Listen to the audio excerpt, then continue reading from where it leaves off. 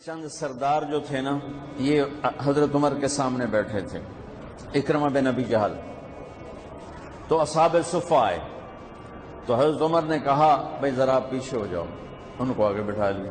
سلمان، بلال، پھر مقداد آئے، صہیب آئے، حضرت عمر نے کہا ذرا پیچھے ہو جاؤ، ان کو آگے بٹھا لیا۔ پھر دوسرے آئے، عامر کہا تم ذرا پیچھے ہو جاؤ۔ ایسا کرتے کرتے سرداروں کو جوتیوں پہ بٹھا دیا اور غریب غلام آگے بٹھا دیے۔ جب مجلس ختم ہوئی تو حضرت ابو سفیان کہنے لگے آج عمر نے ہمارے ساتھ کیا کیا؟ تو حارث بن ہشام، سہیل بن عمر کہنے لگے کیا کیا؟ کہ دیکھو سرداروں کو جوتیوں پہ بٹھا دیا اور غریبوں کو سامنے بٹھا دیا۔ تو اس پر سہیل بن عمر نے کہا اس میں عمر کا قصور نہیں، ہمارا قصور، ہم نے اسلام لانے میں دیر کی، ہم پیچھے رہ گئے، انہوں نے پہل کی، وہ آگے نکل گئے۔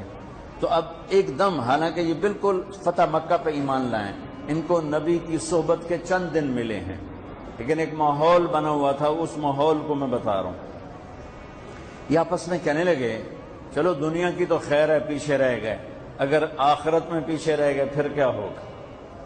اس خیال کا آنا تھا کہ چاروں آگے حضرت عمر کے پاس کہ عمر تم نے ہمیں سامنے سے اٹھا کے جوتیوں پہ بٹھایا، ٹھیک ہے ہم حقدار ہیں، لیکن ہمیں پریشانی یہ ہے کہ ہم چاہتے ہیں کہ آخرت میں تمہارے برابر ہو جائیں، ساتھ ہو جائیں، آگے تو جا نہیں سکتے، پیچھے نہ رہ جائیں، کوئی راستہ ہے؟ تو حضرت عمر نے فرمایا ان لوگوں نے اللہ کے نام پہ اپنی قربانیاں پیش کی، تم اللہ کے نام پہ اپنی جان پیش کرو، مال پیش کرو، تو تم بھی ان کے ساتھ ہو جاؤ۔ تو یہ کہنے لگے جی بالکل ٹھیک۔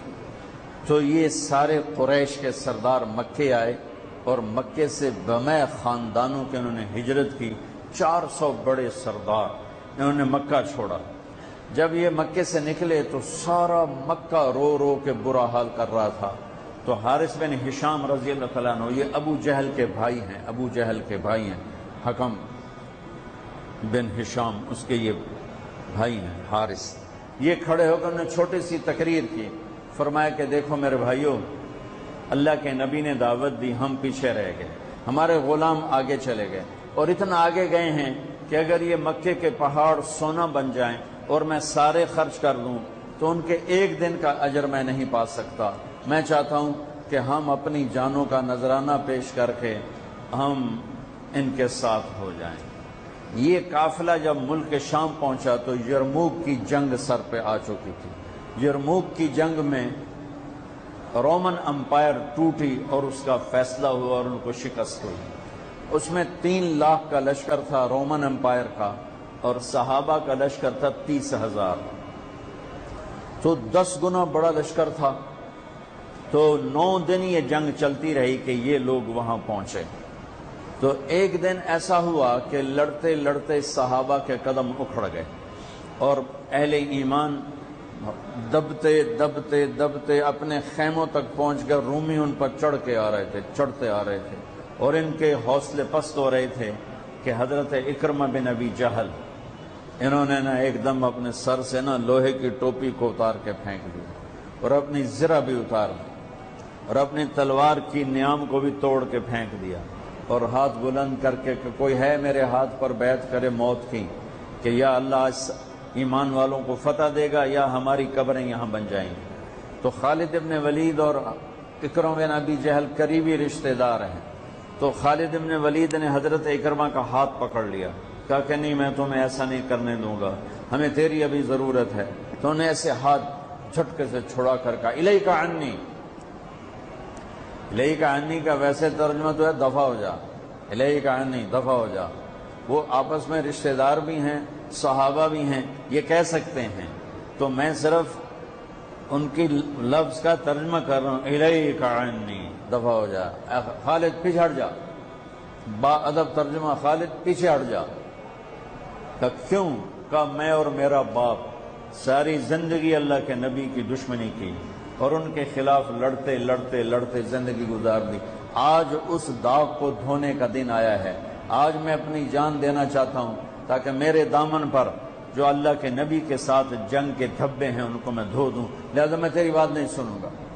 تو ان کے بیٹے عامر بن اکرمہ نے آگے بڑھ کے بیعت کی، زرار بن ابزر نے، عبد الرحمن بن ابو بکر نے، عبداللہ بن عمر نے، ابو سفیان نے، حارث بن ہشام نے، سہیل بن عمر نے، ان بڑے بڑے قریشی سرداروں نے، انہوں نے حضرت اکرمہ کے ہاتھ پر بیعت کی اور سب نے اپنی تلواروں کو توڑ دیا، نیاموں کو توڑ دیا، زریں اتار دی، لوہے کی ٹوپیاں اتار دیں اور اللہ اکبر کہہ کر جو گھسے ہیں 400 آدمیوں نے 3 لاکھ کا منہ پھیر دیا اور ان کو ہٹاتے ہٹاتے ہٹاتے ان کے خیموں تک لے گئے۔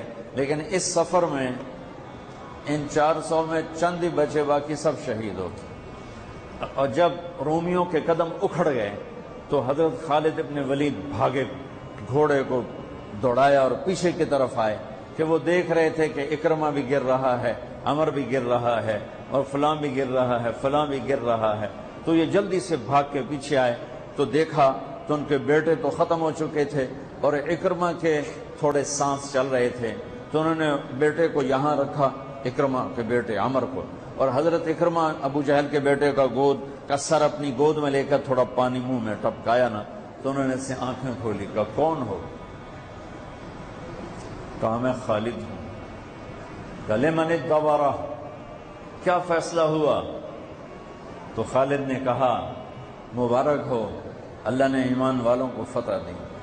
کہا اچھا، عمر کو کہہ دینا جو تم نے کہا تھا وہ ہم نے کر دیا۔ آئے ہائے، اور ساتھ ہی جان نکل گئی۔ تو خالد ابن ولید کے ایک دم آنکھوں میں آنسو آئے اور انہوں نے غصے سے کہا کلا زعم ابن الحنتمۃ اللہ نستشہد۔ عرب جب کسی کو پیار سے بلاتے تھے تو باپ کے نام سے، یا ابن عمر، اے عمر کے بیٹے، یا ابن الخطاب، اے خطاب کے بیٹے، عزت محبت سے بلانے کے لیے باپ کا نام آتا تھا، اور غصے میں بلانا ہوتا تھا تو ماں کے نام سے، یا ابن سمیہ، یا ابن الحنتمہ۔